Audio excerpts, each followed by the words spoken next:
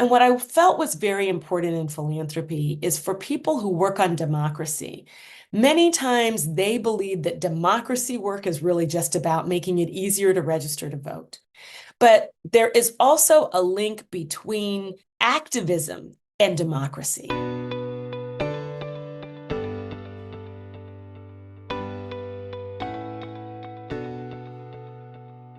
Welcome to The Measure.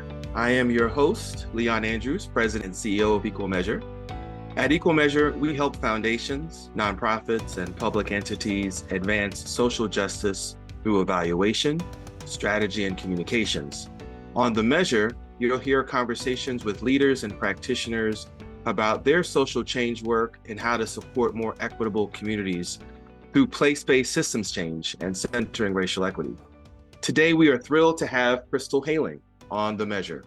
Crystal is the executive director of the Libra Foundation, which funds BIPOC-led movements to build power in communities, support democratic rights, and to center those most impacted in the fight for racial, gender, and environmental justice. Welcome, Crystal. I'm delighted to be here. Thank you so much, Leon. So I'd like to start with a more personal question. At Equal Measure, we talk a lot about place, about history and context as we seek to understand how to transform systems. So, for example, although you're based in the Bay Area, along with the Libra Foundation, I know your family has a very strong background in St. Augustine, Florida. So I'd love for you to share with our audience and talk more about your family's history and how your experience of place has influenced your life's journey. Yes, well, thank you so much, Leon. As I said, it's wonderful to be here talking about these really important issues right now. So, our family story that I learned growing up and always we talked about is, my father was in the Air Force and was one of the Black men who came back and thought that he was going to be able to have, liberty and equality, having experienced some of that in the military. But then, really came back to St. Augustine and found that it was incredibly segregated. My father was one of the first people to institute a swim-in, which, along with the sit-ins, was a major peaceful resistance movement that was about young Black kids going to swim in swimming pools, in public swimming pools, going to swim at the beach. And in fact, in many of the public pools, they were either drained after young Black people swam in them, or they poured tremendous amounts of chemicals and things into them. So it was really, it's a time almost hard for us to imagine, but that really was kind of the climate.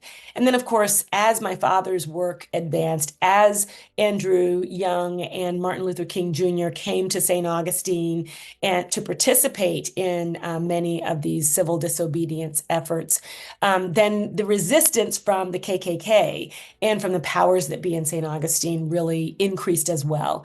And so, when my mother was 5 months pregnant with me, our house was shot up by the Klan. And luckily, my mom and my two older sisters were asleep in the back of the house. Unfortunately, our family dog, a beautiful German Shepherd, who was devoted to the family, ran to the front of the house because she heard, people in front, and she was shot and killed. Wow. So, that experience of having the family dog basically bleeding out in our bathtub was what my sisters still have to this Mm. day. And it is such an incredibly important thing, I think, to mention that that actually drove our family out of St. Augustine.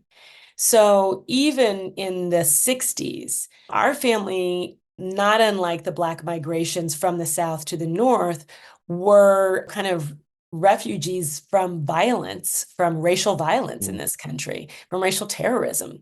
Thank you so much for sharing somewhat of that history. I mean, and I hope our audience appreciates how important it is. And I want to pivot a little bit and talk about your work in response to the murder of George Floyd. You started the Democracy Frontlines Fund at the Libra Foundation, which was a fund which funds organizations that are led by and for Black people. And some might ask about the link between democracy and racial uprisings, police violence, and and democracy. Would love for you to share with our audience your perspective on how these issues are related to each other. Absolutely. Thank you so much. When George Floyd was murdered, it was a moment in time when we all couldn't look away, had to actually confront the reality of a police officer paid by tax dollars, sworn to serve really with absolutely no contrition, murdering someone while being filmed and fully believing that there would be no consequence to those actions. And when we all came forward and began to march about Black Lives Matter, that was such a powerful moment for the country. It is, in fact, remains the largest civil rights action in the history of this country. And the reason people were out there doing that is because we believe that that is not what this country is, that we believe we can make this a better country. And so it felt really important to me to help to make that link as time went on and as more calls were made to, more demands were made for things like defund the police.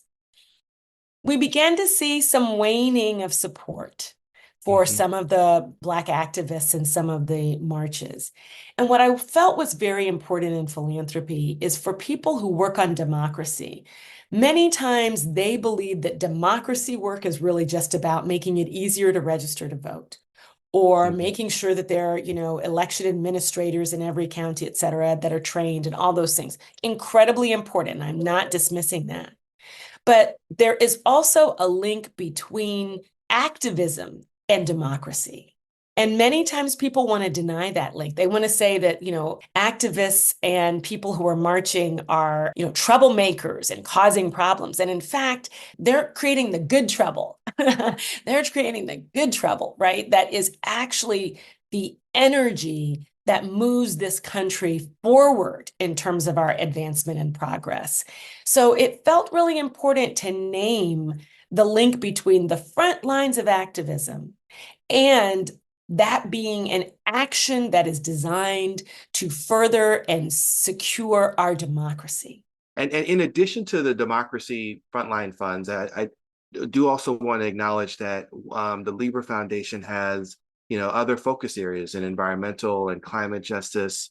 So what do you think is needed to be successful in these movements as you look at environmental and climate justice? Frankly, one of the things that philanthropy is currently learning and needs to really dig much more deeply into is when we listen to frontline communities, we actually accelerate the pace of progress in the work that we want to address. So, communities of color, poor communities, communities in coastal areas, particularly like the Gulf Coast, are areas that are experiencing climate change problems first and foremost, right? So, had we been listening to those communities over the last few decades, we would be farther along in our solutions than we currently are. Instead, philanthropy over invested in top down strategies led by largely white public policy kind of organizations. And many of those organizations have failed to create the fundamental thing that we need to see us addressing and winning on climate change, which is the political will for change. We have lots of science, we have lots of policy papers, but what we have not done is really tap into the energy of people who want to see change happen in their communities. And Mhm. who more than moms whose kids are suffering from a pandemic of allergies and asthma wants to see climate addressed in their communities by the closing of coal-fired power plants, by the closing of oil refineries that are really impacting all kinds of parts of their lives, health, culture, everything. So communities in Cancer Alley and the Gulf South, where there are so many oil refineries, in coalition with communities that are coal mining communities in Appalachia and saying we actually have common ground and common work to do. So that's the kind of work that Libra has been funding, is building that grassroots power and the voice of communities to really show up. And we think that that's going to continue to be a really important area for climate and environment funders. It's been very underfunded. We are Mhm. hopeful that we will see more and more of that. Yeah, thanks for taking time to unpack that, Crystal.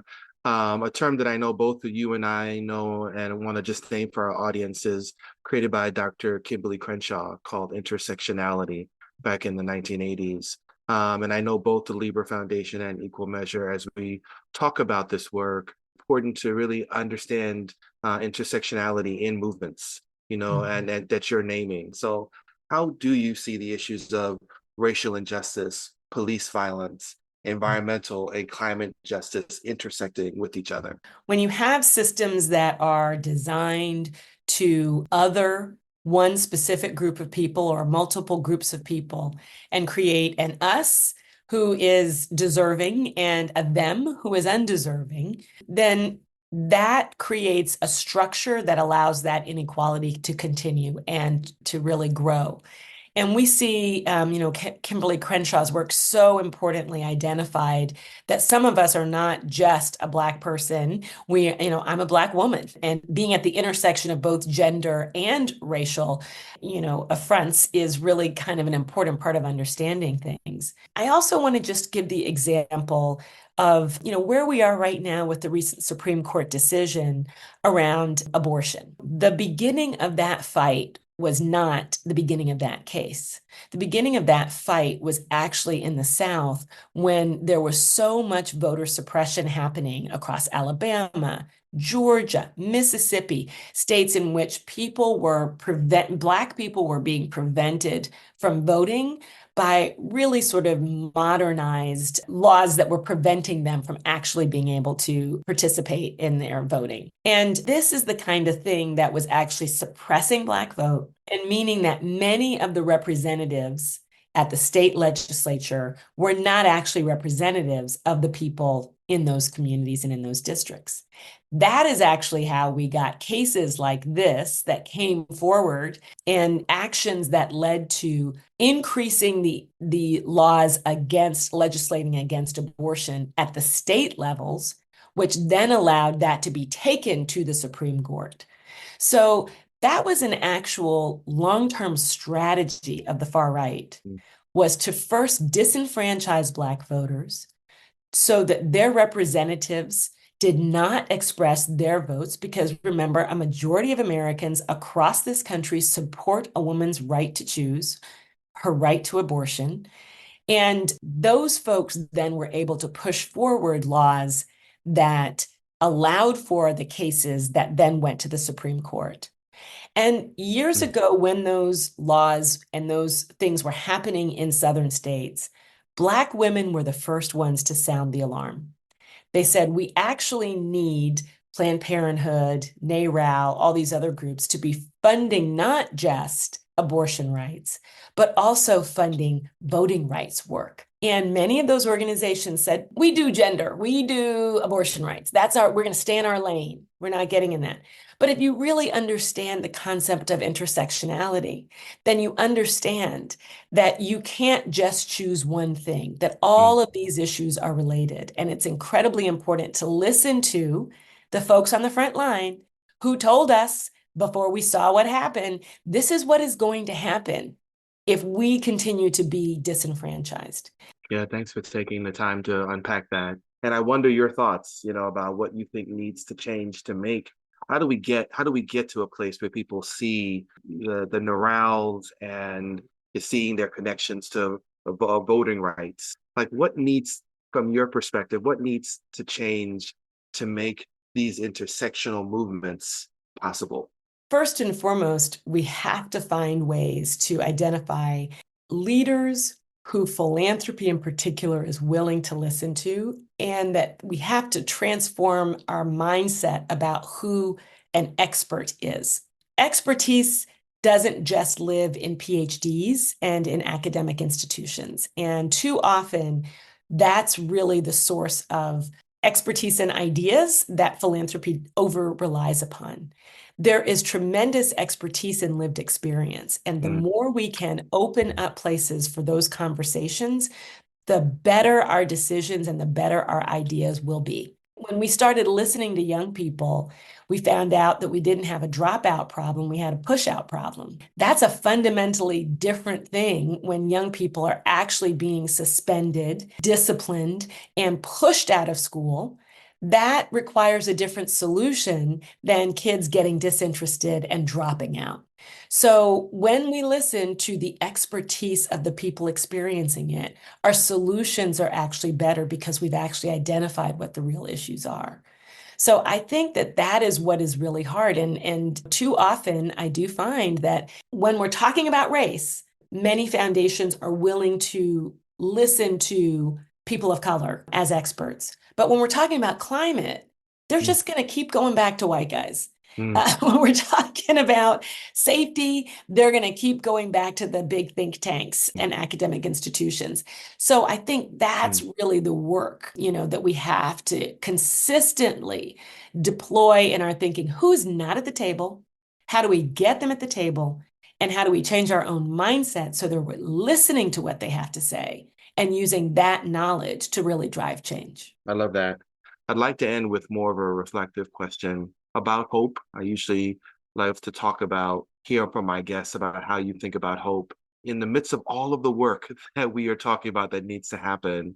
And as we're having this conversation, I know this comes at a bittersweet time, your retirement from the Libra Foundation. So I'd love to hear if you would like to share with our audience how you sit with hope as you consider your years and decades of experience in social change and social justice. What gives you hope as you think about the next journey in your life? I am by nature a very hopeful person. I'll just give two quick examples. I've certainly been working in philanthropy now for over 30 years. And when I started in this field, there really were not very many Black people or people of color working in this field.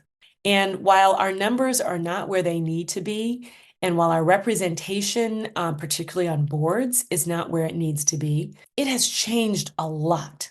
When I started in this field, there weren't very many women working in Mm, philanthropy. mm, Basically, it was just completely a field of sort of the lawyers and finance people that, wealthy people had, as friends and advisors. And that's pretty much what it was.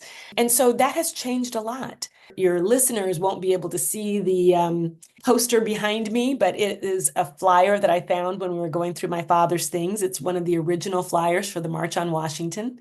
mm, And it was a March on Washington for racial justice and jobs.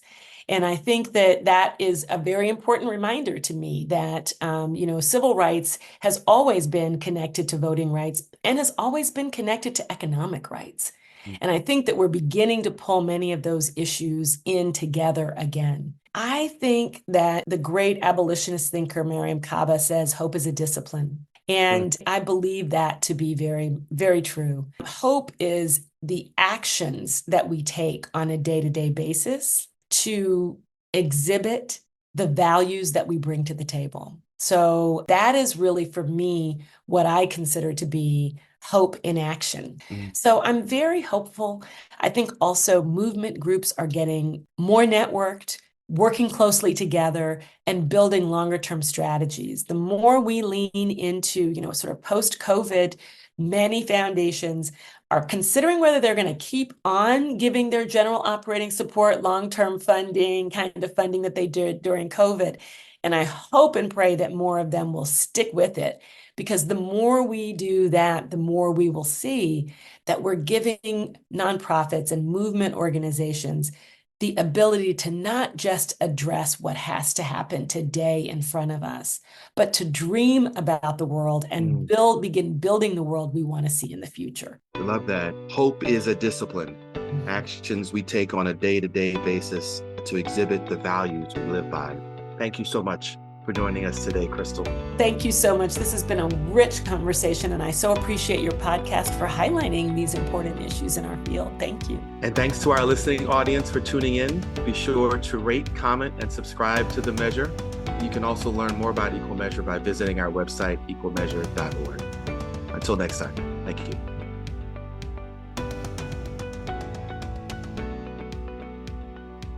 I'd like to leave you with a quote inspired by my conversation with Crystal.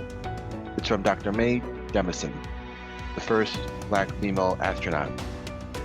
Never be limited by other people's limited imaginations.